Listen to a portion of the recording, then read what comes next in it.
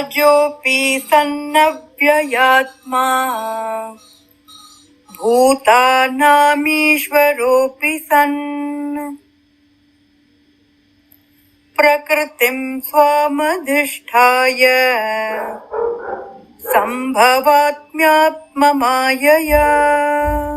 నేను పుట్టుక లేనివాడినై ఉండి కూడా, సమస్త ప్రాణులకు ప్రభువునై ఉండి కూడా, నాశనం లేనివాడినై ఉండి కూడా, నేను ఈ లోకంలో నా యోగమాయ దివ్యశక్తిచే అవతరిస్తూ ఉంటాను.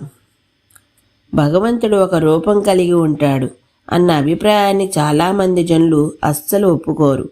వారు నిరాకార, సర్వవ్యాప్త, అశరీర, సూక్ష్మ భగవంతుని యందే ఎక్కువ సానుకూలతతో ఉంటారు. భగవంతుడు ఖచ్చితంగా అశరీరుడు, నిరాకారుడే, కానీ అంత మాత్రాన ఆయన అదే సమయంలో ఒక రూపం తీసుకోలేడు అని కాదు. భగవంతుడు సర్వశక్తిమంతుడు కాబట్టి ఆయనకి తన సంకల్పంచే ఒక స్వరూపంలో వ్యక్తమయ్యే శక్తి కూడా ఉంది. ఒకవేళ ఎవరైనా భగవంతునికి రూపం ఉండదు అంటే ఆ వ్యక్తి భగవంతుడిని సర్వశక్తిమంతుడని ఒప్పుకోవట్లేదు అని అర్థం. కాబట్టి భగవంతుడు నిరాకారుడు అంటే అదొక అసంపూర్ణ ప్రతిపాదన అవుతుంది. అదేవిధంగా భగవంతుడు ఒక సాకార రూపంలోనే అవతరిస్తాడంటే అది కూడా పాక్షిక వాస్తవమే అవుతుంది. సర్వశక్తివంతుడైన పరమాత్మ యొక్క దివ్యమైన వ్యక్తిత్వానికి ఈ రెండు అస్తిత్వాలు ఉన్నాయి, వ్యక్తిగత స్వరూపం మరియు నిరాకార అస్తిత్వం. కాబట్టి బృహదారణ్యక ఉపనిషత్తు ఇలా చెప్తున్నది, దేవుడు రెండు రకాలుగా ఉంటాడు, నిరాకార బ్రహ్మంగా మరియు సాకార భగవంతునిగా కూడా. ఆ రెండు అస్తిత్వాలు ఆయన వ్యక్తిత్వానివే. నిజానికి జీవాత్మకి కూడా తన అస్తిత్వానికి రెండు కోణాలుంటాయి.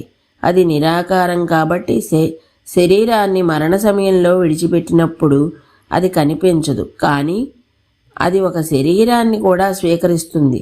ఒకసారి కాదు, అసంఖ్యాకమైన సార్లు. ఒక జన్మ నుండి ఇంకో జన్మకు దేహాంతరమవుతూ అతి చిన్న ఆత్మకే ఒక శరీరాన్ని స్వీకరించగలిగే శక్తి ఉన్నప్పుడు సర్వశక్తిమంతుడైన భగవంతునికి ఆ శక్తి ఉండదా?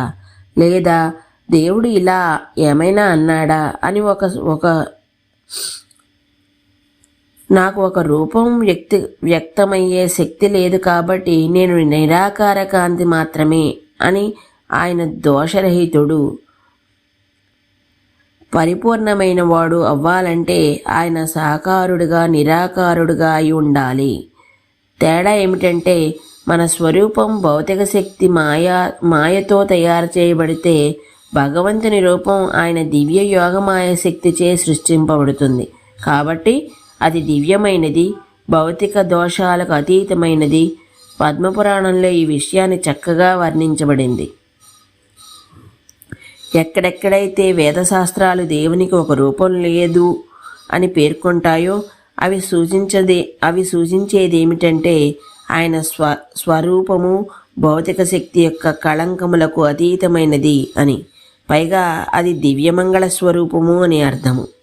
ఈరోజు ఎక్కడితో ఆపుతున్నాను, మిగతాది రేపు చెప్తాను. అంతవరకు ధన్యవాదాలు.